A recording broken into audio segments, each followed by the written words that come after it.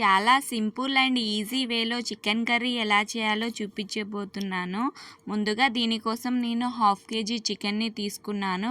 కొంచెం సాల్ట్ వేసుకొని 2 టైమ్స్ నీట్గా వాటర్తో క్లీన్ చేసుకున్నాను.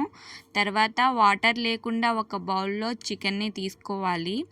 దాంట్లోకి సాల్ట్, కారం, పసుపు, అల్లం వెల్లుల్లి పేస్ట్, ధనియాల పౌడరు, ఇంకా ఒక 2 స్పూన్స్ పెరుగు తీసుకొని నీట్గా కలుపుకోవాలి. అంటే ఒక 5 మినిట్స్ కలుపుకుంటే మంచిగా చికెన్కి అన్ని మసాలాలు మంచిగా పడతాయి అన్నమాట.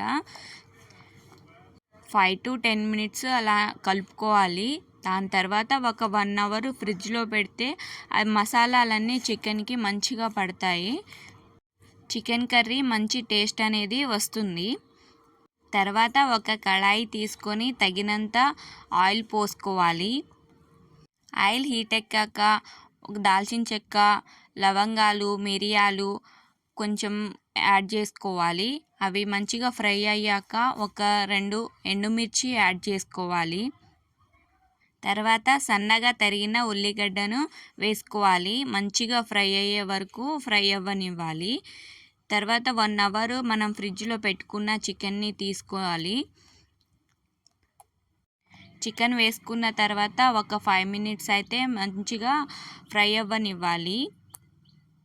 అసలు ఈ చికెన్ కర్రీ అయితే బేసిక్గా కుకింగ్ రాని వాళ్ళు కూడా చాలా ఈజీగా చేసుకోవచ్చు. టేస్ట్ అయితే బాగొస్తుంది. తర్వాత టమాటాలు అనేది యాడ్ చేసుకోవాలి 5 మినిట్స్ తర్వాత. ఈ ఫుల్ టమాటాలు ఒక 4 ఇలానే యాడ్ చేసుకోవాలి. మిడిల్లో కట్ చేయకుండా ఇలా ఫుల్ టమాటాలు వేసి మిడిల్లో ఒక 10 మినిట్స్ ఉడకనివ్వాలన్నమాట. 10 మినిట్స్ చికెన్ బాగా కుక్ అయిన తర్వాత చికెన్ అయితే ఇలా తిప్పుకోవాలి. అంటే ఒక సైడ్ మంచిగా ఫ్రై అయి ఉంటుంది కదా, ఇంకో సైడ్ ఫ్రై అవ్వడానికి ఇలా తిప్పుకోవాలి. టమాటానైతే కదలకుండా అలానే ఉంచుకోవాలి. టమాటా పైన లేస్ ఉంటుంది కదా, అది ఊడొచ్చేంత వరకు అలానే ఉడకనివ్వాలి టమాటాని. తర్వాత ఇంకొక 10 మినిట్స్ ఉడికిన తర్వాత ఇలా టమాటా పైన ఒక లేస్ అలా వచ్చేస్తుంది అన్నమాట. మొత్తం క్లీన్గా తీసుకోవాలి 4 టమాటాస్ మీద. 1/2 kg చికెన్కి ఒక 4 టమాటాస్ మీడియం సైజు సరిపోతుంది. ఇలా పైన లేస్ తీసిన తర్వాత స్మాష్ చేసుకోవాలి మంచిగా టమాటాస్ని.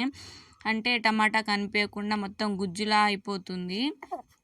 అలా మొత్తం ఒక స్పూన్తో అలా స్మాష్ చేసుకోవాలి.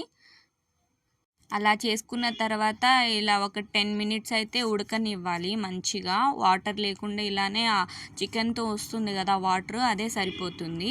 లాస్ట్లో చికెన్ మసాలా యాడ్ చేసుకొని కొత్తిమీరని యాడ్ చేసుకోవాలి.